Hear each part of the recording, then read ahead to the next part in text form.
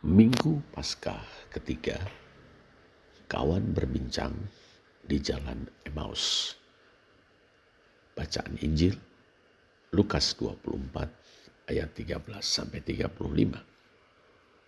Saya akan membacakan ayat 25 sampai 27 dan 30 sampai 33a. Lukas 24 ayat 25 sampai 27. Lalu ia berkata kepada mereka, "Hai kamu orang bodoh, betapa lambannya hatimu, sehingga kamu tidak percaya segala sesuatu yang telah dikatakan para nabi.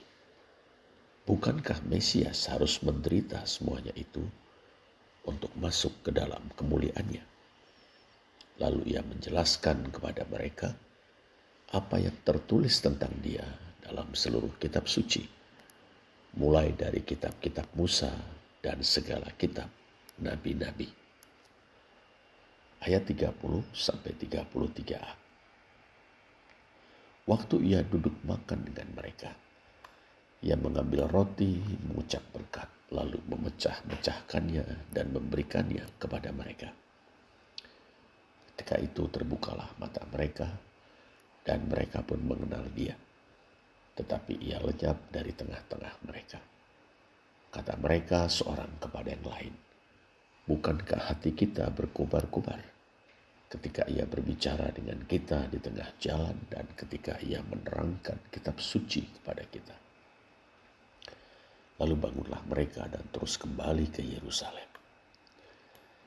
Saudara, Yesus dari Nazaret telah mati disalibkan. Bagi massa rakyat, yakni mereka yang terhisap, tertindas, dan terpinggirkan, kematian Yesus memupuskan pengharapan mereka. Di lain pihak, bagi kaum penguasa, baik Yahudi maupun Romawi, kematian Yesus melenyapkan potensi ancaman yang sangat serius bagi mereka.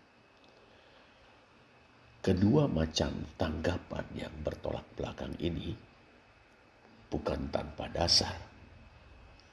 Keduanya didasarkan pada kenyataan objektif yang terbentuk oleh praksis laki-laki bersandal dari Nazaret itu. Betapa tidak, Yesus dari Nazaret mengusung ide-ide yang kedengaran subversif. Ia berbicara tentang kerajaan Allah yang dikatakannya telah hadir di antara massa rakyat. Lihat Lukas 17 ayat 21. Ia memberitakan kabar baik bagi kaum miskin, mereka yang terhisap, tertindas, dan terpinggirkan. Lukas 4 ayat 18 sampai 19a. Ia mengumumkan bahwa tahun rahmat Tuhan telah datang. Ayat 19b. Padahal, saudara, tahun rahmat Tuhan berintikan pembebasan para budak, penghapusan utang piutang, pengembalian tanah-tanah kepada keluarga-keluarga pemiliknya, dan pengistirahatan lahan-lahan dari fungsi ekonomi. Yesus juga mengecam keras kaum kaya dan berkuasa. Lihat Lukas ayat 6, pasal 6 ayat 24 sampai 26. Ia juga mengecam keras orang-orang yang dipandang taat dengan begitu ketat dalam beragama. Lukas 11 ayat 37 sampai 52. Bukan hanya itu, saudara, jajah di Somilangkori, Yesus menyampaikan ide-idenya kepada massa rakyat. Lukas 4 ayat 4 dan 15 ayat 44. Perhatikan Lukas 7 ayat 22. Yesus mengulurkan tangannya untuk menyembuhkan orang sakit, yakni mereka yang dianggap oleh para pemuka agama sebagai orang-orang yang dihukum Allah. Yesus mentahirkan orang-orang kusta, yakni mereka yang dianggap sebagai orang-orang yang dikutuk Allah. Yesus membebaskan orang-orang dari kerasukan setan. Mereka adalah orang-orang yang dianggap telah diserahkan Allah kepada kuasa-kuasa jahat. Yesus membangkitkan orang-orang mati. Orang-orang mati adalah bagian dari seluruh umat manusia yang takluk kepada maut atau kebinasaan. Yesus juga makan bersama para pemungut cukai, pelacur, dan orang-orang berdosa lainnya, yakni mereka yang dianggap oleh para pemuka agama sebagai orang-orang yang hidup di bawah murka Allah.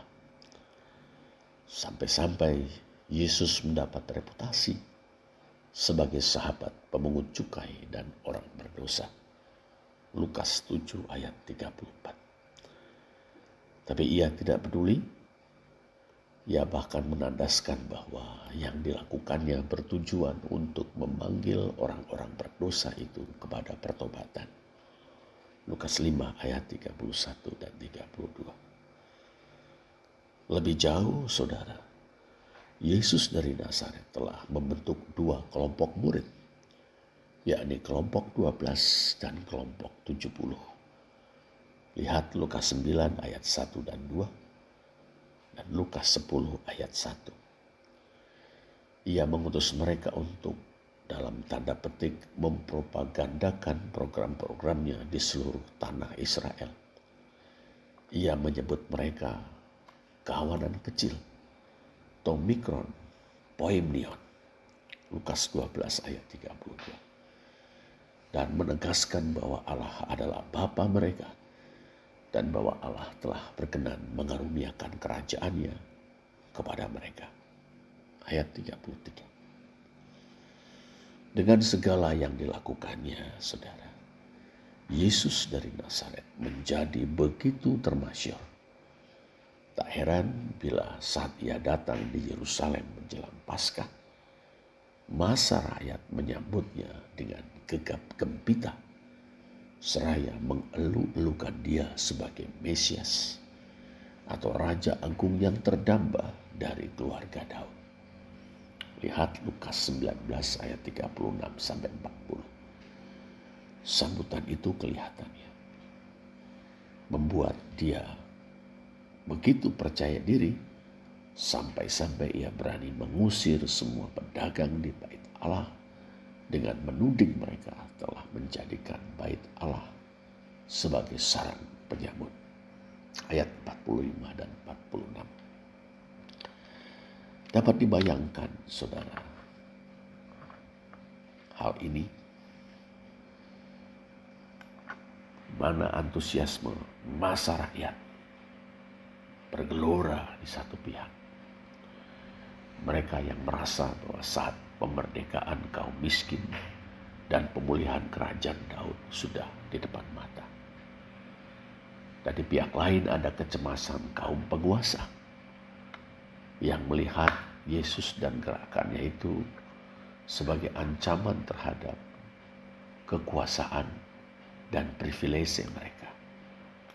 Tak heran bila kaum penguasa Yahudi, yakni para imam kepala dan ahli-ahli Taurat serta orang-orang terkemuka dari bangsa itu, berusaha untuk membinasakan Yesus. Lihat Lukas 19 ayat 7. Tetapi mereka tahu betapa sulitnya melakukan itu selama laki-laki bersandal dari Nazaret itu ada di tengah-tengah massa rakyat yang terpikat kepadanya dan ingin mendengarkan dia. Ayat 48.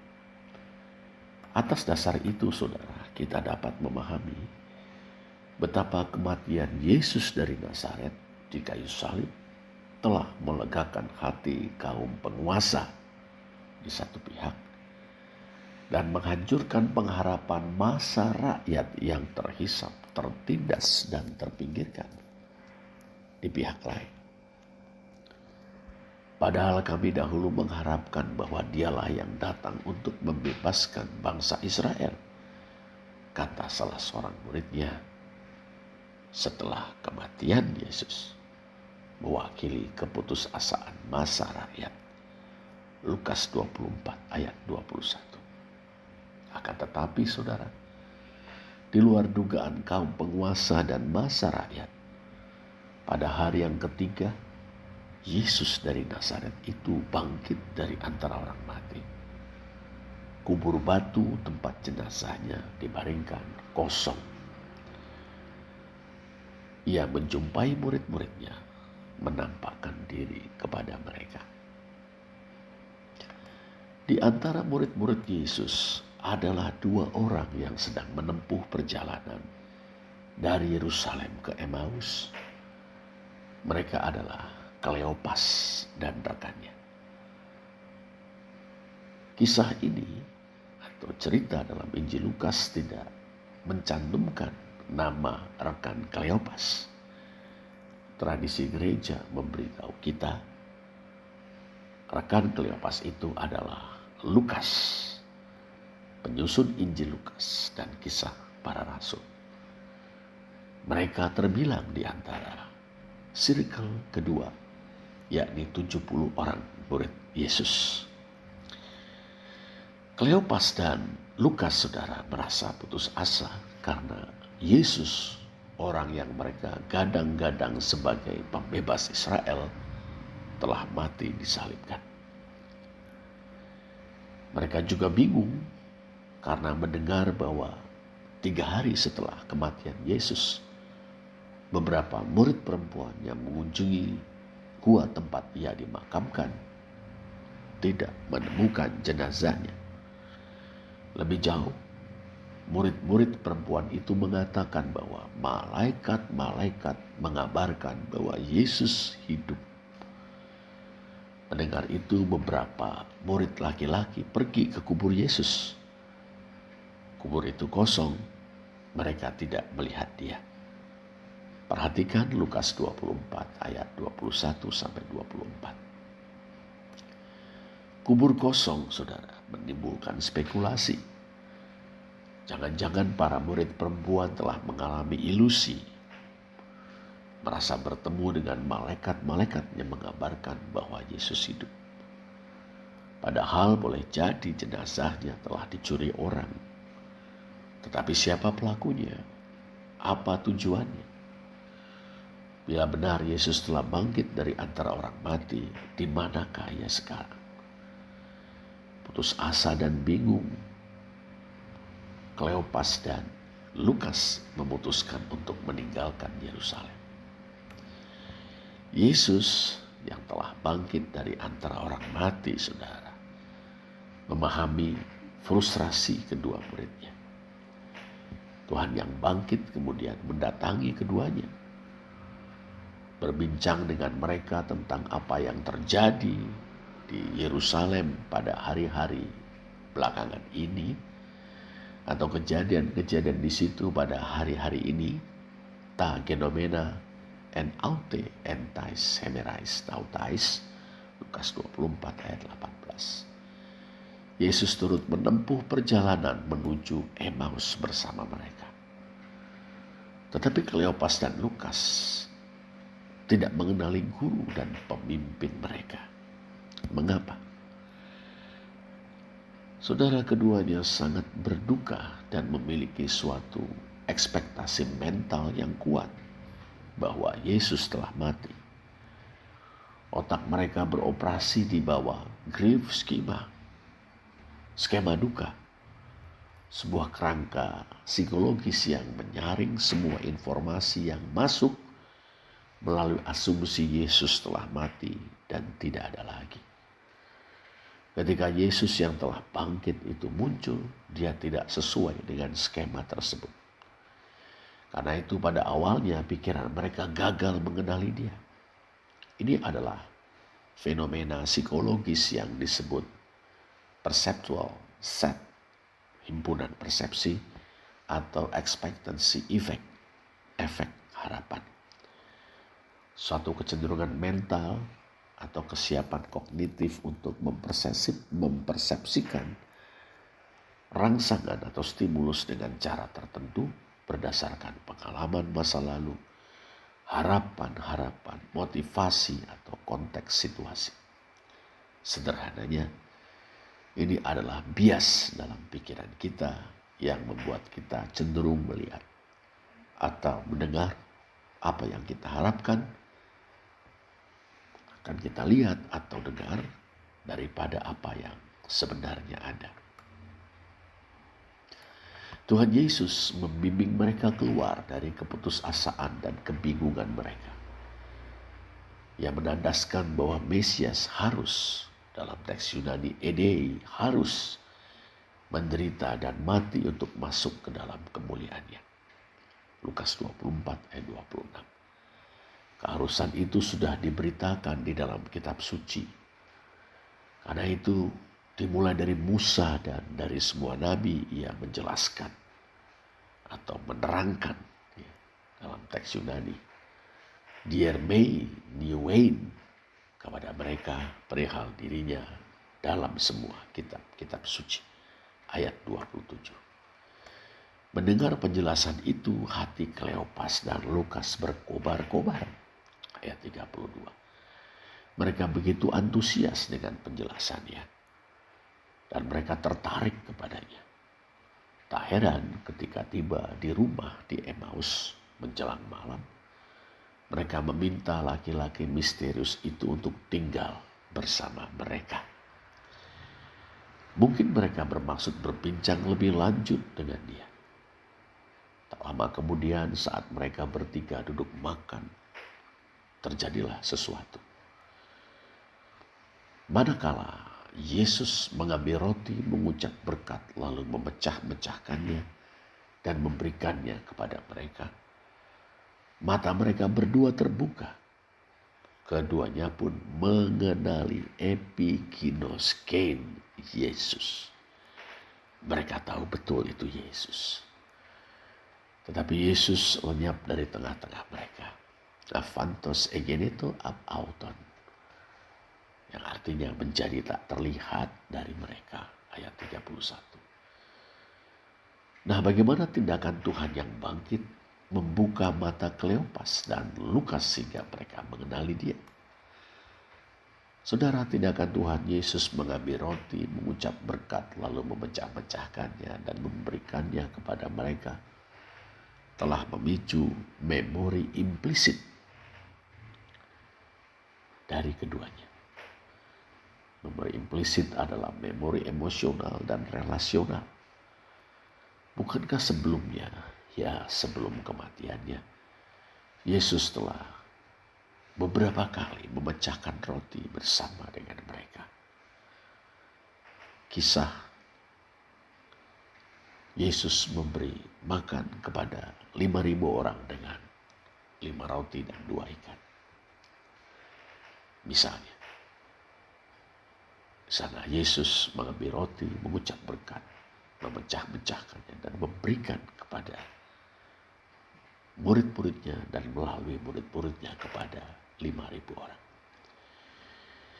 Gestur yang sama sekali tidak asing bagi Kleopas dan Lukas. Gestur yang terpadu dengan atau berpadu dengan perkataan Yesus itu telah mengatasi hambatan persepsi yang disebabkan oleh kesedihan mereka. Semuanya itu telah menyentakkan kesadaran Kleopas dan Lukas sehingga mereka segera mengenali dia. Saudara, kematian Yesus adalah sebuah eksodus yang agung. Perhatikan Lukas 9 ayat 31. Eksodus yang lebih besar daripada eksodus Musa. Sebab eksodus Musa dalam tanda petik sekedar membawa keluar orang Israel dari perbudakan di Mesir. Di lain pihak, Eksodus Yesus membebaskan banyak orang, baik dari bangsa Israel maupun bangsa-bangsa lain, dari perbudakan dosa, kuasa-kuasa jahat, dan kebinasaan. Kematian Yesus menegakkan atau mendirikan sebuah perjanjian yang baru. Lihat Lukas 22 ayat 20. Yang membuat banyak orang dari segala bangsa menjadi umat Allah. Eksodus agung dan perjanjian baru yang diadakan oleh Yesus melalui kematiannya telah membawa dirinya sebagai Mesias masuk ke dalam kemuliaannya. Adapun kemuliaan itu, saudara, tak lain dari tahta Daud bapa leluhurnya. Lukas 1 ayat 32b. Di atas tahta itu ia akan memerintah, akan menjadi raja atas kaum keturunan Yakub sampai selama-lamanya. Ayat 33a.